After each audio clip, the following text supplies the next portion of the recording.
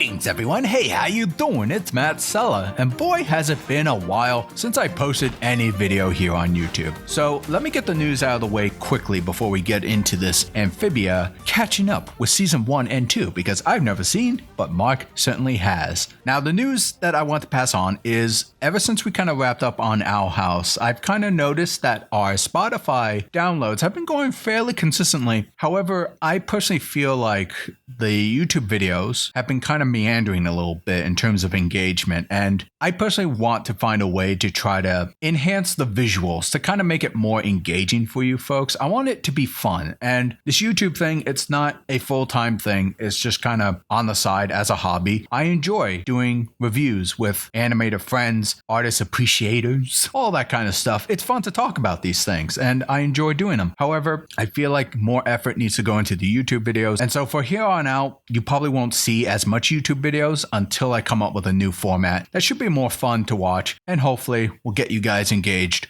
with what Mark and I might be talking about, what Morella, Ivan, who knows. We just want to have conversations and we want you to join us. So keep an eye out for that. For now, you could always go to my Spotify channel and listen to any podcast reviews that Mark and I do, other co-hosts that we might do. There's a lot to talk about in the future. We got Molly McGee coming up. I really want to come up with a good format reviewing that show. But for now, we're mostly going to stick to audio podcasts. So this video right now probably be the last one for maybe a month or two. But hopefully at the start of 2022, we'll have something a little more fun to watch along, not just listen to. Anywho, as implied here, Mark, we are going to be talking about Amphibia Season 1 through 2, because I haven't seen the show. You have upon their premiere release. I finally caught up to it. I've seen both the seasons on Disney Plus, and so we're going to talk about what I may think of it, and definitely what you think of the show. So, Mark, introduce yourself, and then take it away. Hi, I'm Mark. I'm also here, and I like to talk sometimes. I'm Matt's friend. I show up and we talk cartoons. We're talking about Amphibia today, the 2019 animated show on Disney Channel, sort of the sister show of Owl House. I believe, if I remember correctly, they were both kind of announced and more or less aired relatively around the same time. People were really hyped about that. Owl House, of course, gone on to great acclaim, and Matt, I believe we've safe to say we've both been fans of the series and the way it's progressed so far. Absolutely. So we're checking in on the other end of the Disney afternoon, the Neo Disney afternoon, I guess, if you will, especially, since, also Disney's had a good track record so far. Of course, people will say it started with Gravity Falls, but I know for Matt, definitely it was more started with DuckTales, which we also enjoyed quite a bit. So yeah, let's stop lily hopping around it and just talk about Amphibia. But before we proceed, a quick spoiler warning. As the title of this video really should imply, we're talking about seasons 1 and 2, what with season 3 being on the horizon. I really wanted to pester Matt to talk about and watch this show, and I know some of you have wanted us to talk about it and watch it too. So without further ado, spoilers ahead. Thank you, Little Mermaid. Our story begins with a 13-year-old girl named Anne and her friends who are magically transported and separated to a magical world called Amphibia, where all sorts of amphibious people live and play and farm and have all kinds of crazy magical pseudo-RPG-esque element adventures, and she finds herself adopted and taken in by the Planter family, which include the grandfather Hop Pop, the little grandson Sprig, and the little pollywog, fittingly of course, named Polly. Together they have crazy adventures trying to figure out a way to get Anne home, reuniting her with her separated friends, and maybe unraveling the mystery of this strange world. And along the way, meet a crazy cast of colorful characters who, without talking too much about it just yet, might have one of the most stacked voice acting talents I've seen in quite some time. But Matt, overall, let's see, what are some positives you have to take away from the series so far? Give us a couple. What in this show kind of really got your attention? So with every show, you gotta have yourself a favorite. Something that, in a weird way, you could either relate to or just remind you of somebody you know. And for me personally, my favorite character was probably Hop Pop. And not only for the fact that he's voiced by Bill Farmer, legendary guy, probably most well known for playing Goofy. I actually really liked his performance throughout the show. And kind of off podcast, Mark and I, we were talking about some of the old man tropes of like always listen to your elders, but they tend to make mistakes, but they have like some deep secret that they're trying to protect their family from. I really feel like that worked really well with Hop Hop here. I liked how he had a balance of like protecting his family, a tad bit cowardly, but he always had this honest approach of trying to do things. And whenever he isn't being honest, he kind of immediately emotes guilt because of that. To me, he felt like a very tertiary kind of character. He felt complex, even though he was very simple. And once again, Bill Farmer's voice performance, especially during the dramatic parts, I actually really felt that. Like, I know it's kind of a caricature kind of accent. It really worked for me, especially with the dialogue, the script he was given. I think he was definitely one of my favorite characters out of the bunch. I'd really have to echo that, Matt. I'm actually someone who, out of the main cast, I'd have to say Hop Pop really is a standout. Of course, they all are fairly good. I do lean towards just a lot of the, actually, citizens of Wartwood being some of my favorite characters. Again, predominantly because of just how phenomenal a talents we have voicing these characters and how long we actually stay there, allowing us to kind of really care for these characters before we get into a whole big open world. But yes, no, Bill Farmer as Hop Pop, indeed a standout.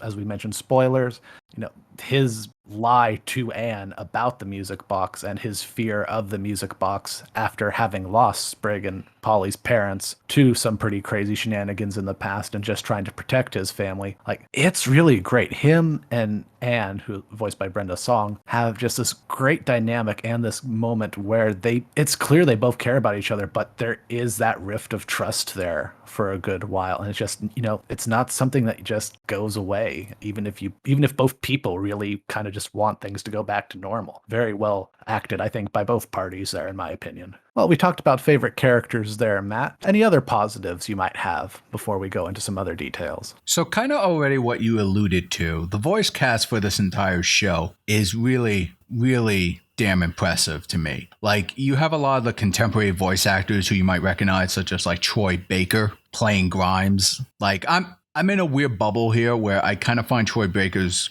he's a great voice actor, don't get me wrong, but a lot of roles he plays in is kind of like generic to me. But I feel like he did a really good job at emulating this rebellious toad leader character. I think he played that really well. But you also have some of like the veterans you might recognize, like Tris McNeil playing that one Newt character during the temple. Like, as soon as I heard her voice, I just smile ear to ear because she's a classic and an awesome voice actress. And you got like a few other things, which Mark will probably tell you the names of because I actually don't have the cast list here. The mayor sounded a lot like Bill Dauterive from King of the Hill, who is actually none other than the incomparable Mr. Stephen Root. I always love hearing his work. Oh no, he especially when he's sort of doing that voice.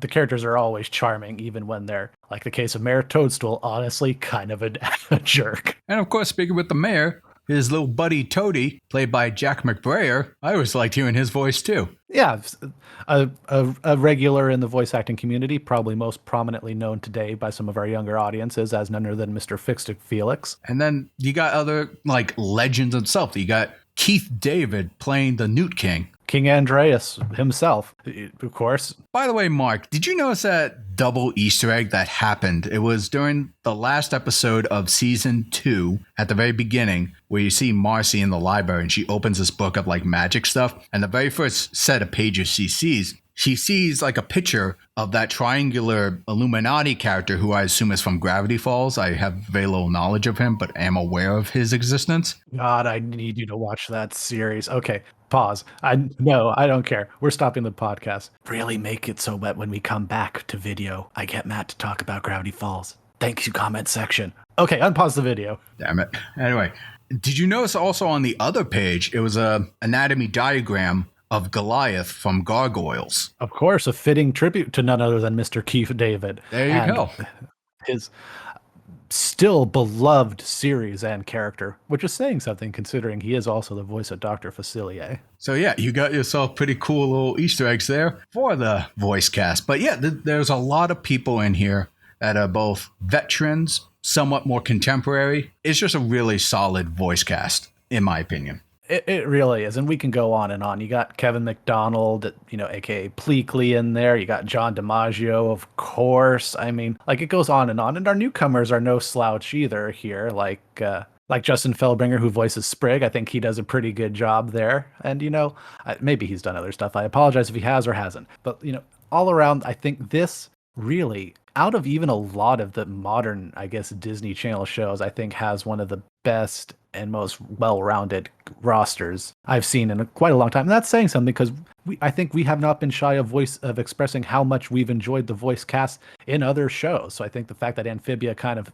does leap to the top in some respects with that is really a feat worth mentioning. But Matt, you talked about some of the positives here, and positives they are. It's a little hard to kind of do it a whole 2 seasons worth. But in terms of, maybe even art style, animation choices, or even some pacing, what do you have to say about some of those, positive or negative? Okay, so I want to put this disclosure here now, folks. I binge watched seasons 1 and 2 that were going to lead up to season 3. So keep in mind, I would probably have a different experience or a different impression watching them consecutively rather than maybe longtime fans nowadays who probably watched an episode weekly or spread out like a normal TV show. So keep that in mind when I talk about my negatives here. So yeah. No, and that's certainly very fair. I mean, it's a different viewing experience for you, and you haven't necessarily ridden the highs or the lows that the rest of the community has. And I follow some great artists on Twitter, and I occasionally see them post things that relate to Amphibia, mostly dealing with the 3 girls. But I try to set that aside on my expectations of what to expect from the show. So to get into my negatives here, and these aren't crucial, but to me, what didn't really work for me for the show is I didn't really find most of the main cast likable, especially in the first season. I didn't detest them, but I had trouble relating to them a little bit. And there were some characters like Sasha, who is kind of the antagonistic sort of fixture of a character for Anne. And with how that unraveled in the first season, it kind of reminded me why I have trouble watching kid shows or shows that kind of deal with like coming of age themes, where I found Sasha to be very apathetic, a little bit of a sociopath, that she would be so willing to kill sentient, emoting, humanoid frog people. There were just some things there that I could not really overlook that later on in the season try to humanize her, see her as an emotional fault, which I get it. It's like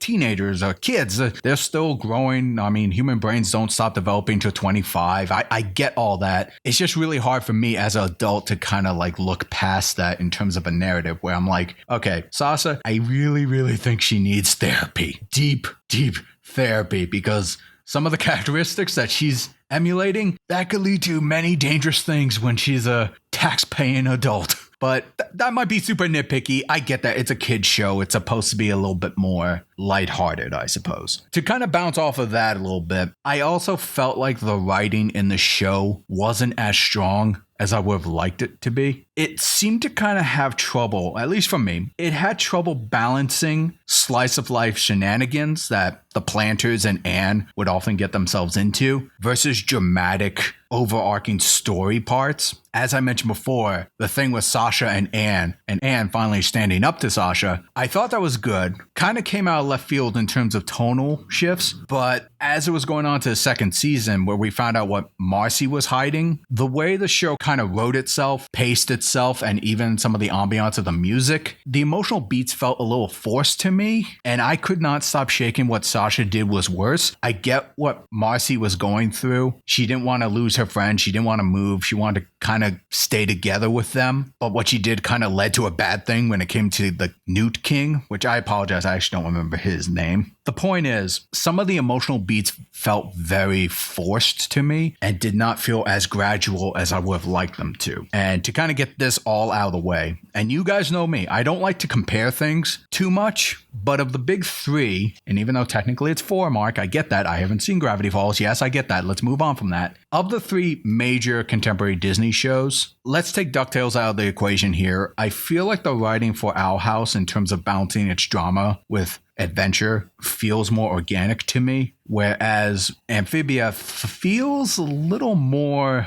sporadic. And there were a couple of times where I kind of had a feeling it jumped the shark a little bit for me, but I can get into that later, or I'm not going to bother with that because I think most people already are probably upset that I'm pointing out that I don't think the show is perfect. So get those pitchforks ready. No, that's fair. I do think that particularly in the beginning, the show does kind of have maybe a hard time juggling the slice of life versus its trying to get its overarching story off the ground. I think a lot of people really wouldn't even necessarily disagree with that. I think where its saving grace is whether how much you really like the slice of life stuff or the overarching stuff. And I actually almost liked the show more with its slice of life stuff than its overarching stuff necessarily somewhat myself. I would agree with that. The slice of life, I think, is where most of my enjoyment came from. For sure. But I do think that it is like, well, heck, we'll spoil all the way to the ending of season 2. When you have, well, actually, talking about season 2 and the final episode, no less, there, of course, was some shenanigans involved with that one. The episode was supposed to air. It then got pulled from syndication, but it still got put up on iTunes, so people still leaked it. But then the community was very vocal of, hey, we like this show. We want to support it. We don't want Disney just to throw it under the bus because it'll get a bad view count when the episode actually comes out. We should watch it and support it and try not to spread spoilers and stuff. And there was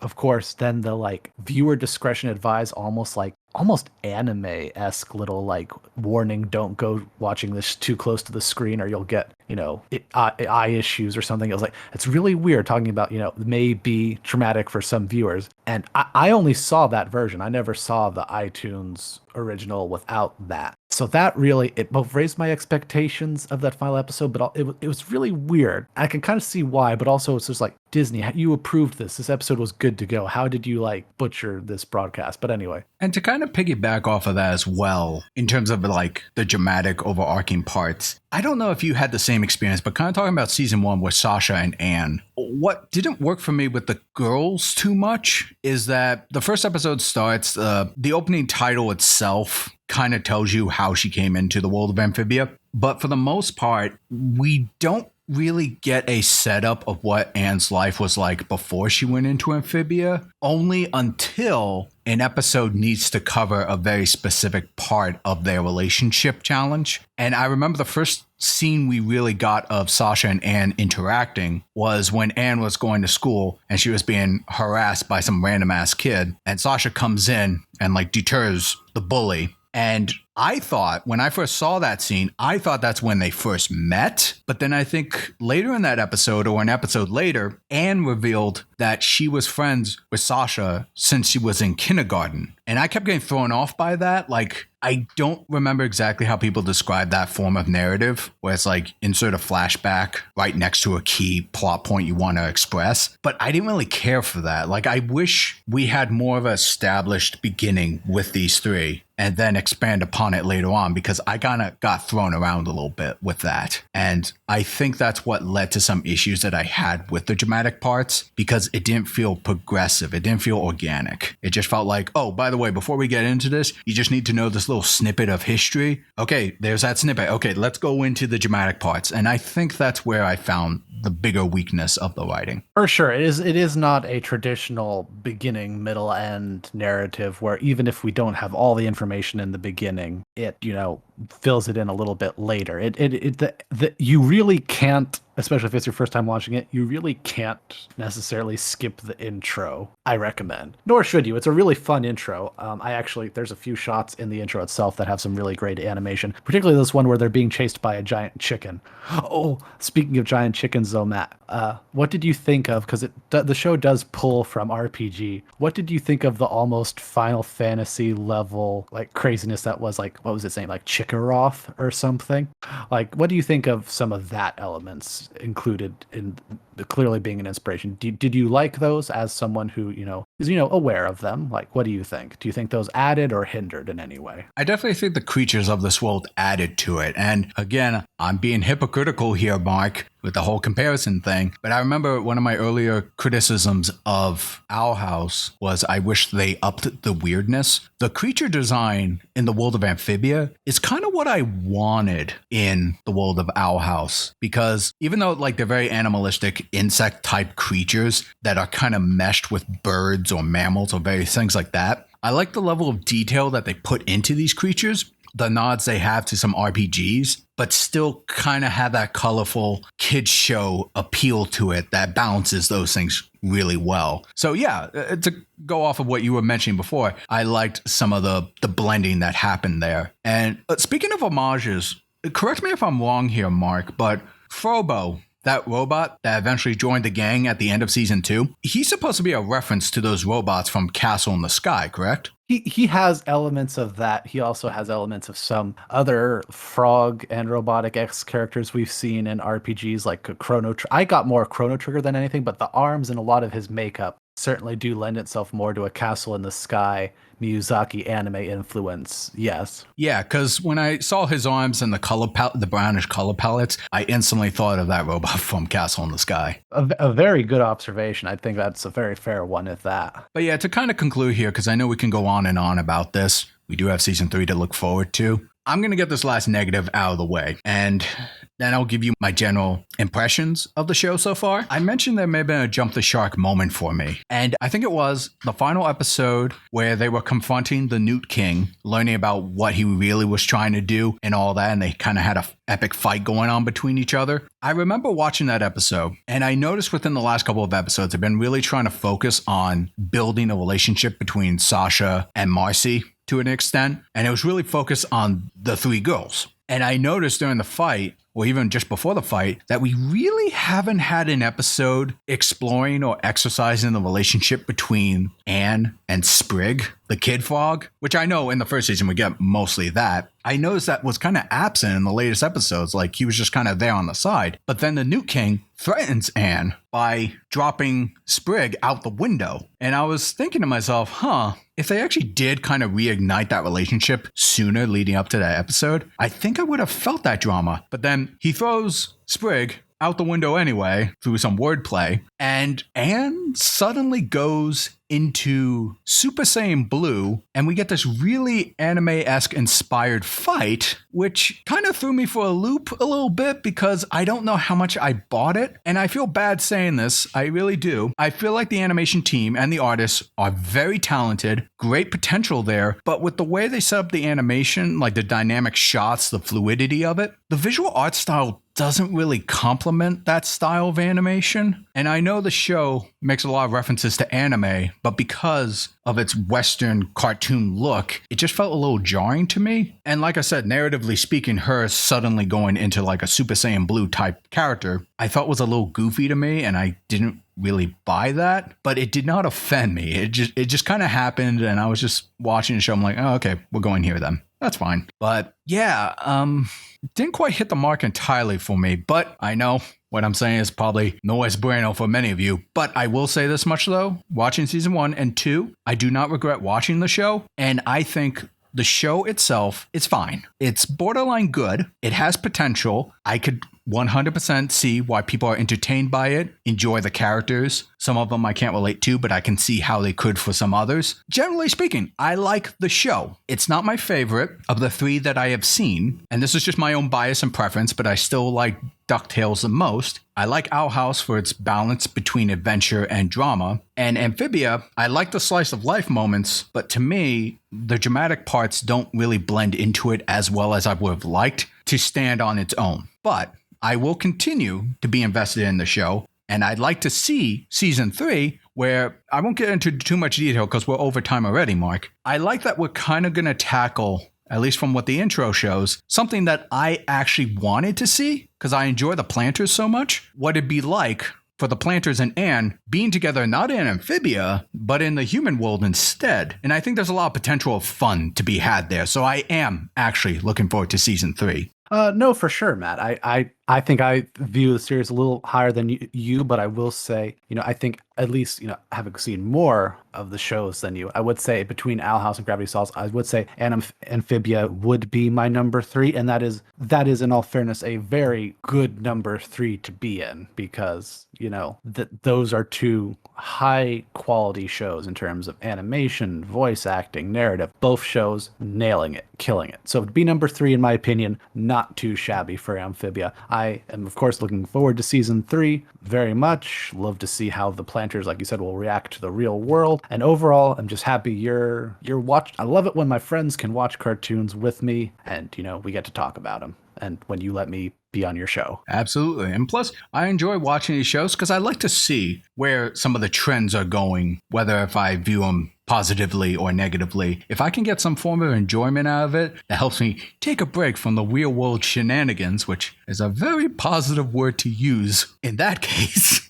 I'm always happy to check out shows like this and see what's got people entertained. Well, Mark, I want to thank you again for finally encouraging me to watch this show. I mean, I don't know why you didn't try to encourage me before. It just took that one time. Recently, you said, hey, Matt, why don't you watch the show? And I'd be like, okay. I tried so many times. Whatever you tell yourself, pal. But hey, you heard our opinion, but now we want to hear yours. Let us know in the comment section below, what did you think of Amphibia, whether season 1 or 2? Did you enjoy the show? Did you not enjoy the show? Let us know in the comment section below. Be sure to like, share, subscribe, ring that bell to be notified when new videos drop. And if you want to support me directly, consider going to my Patreon. Watch me stream on Twitch. Usually I stream on Sundays, but start doing sketch streamings on Fridays. So be sure to follow me there. Links are in the description below. This is Matt Sella. This is Mark. Thanking you all for hopping in.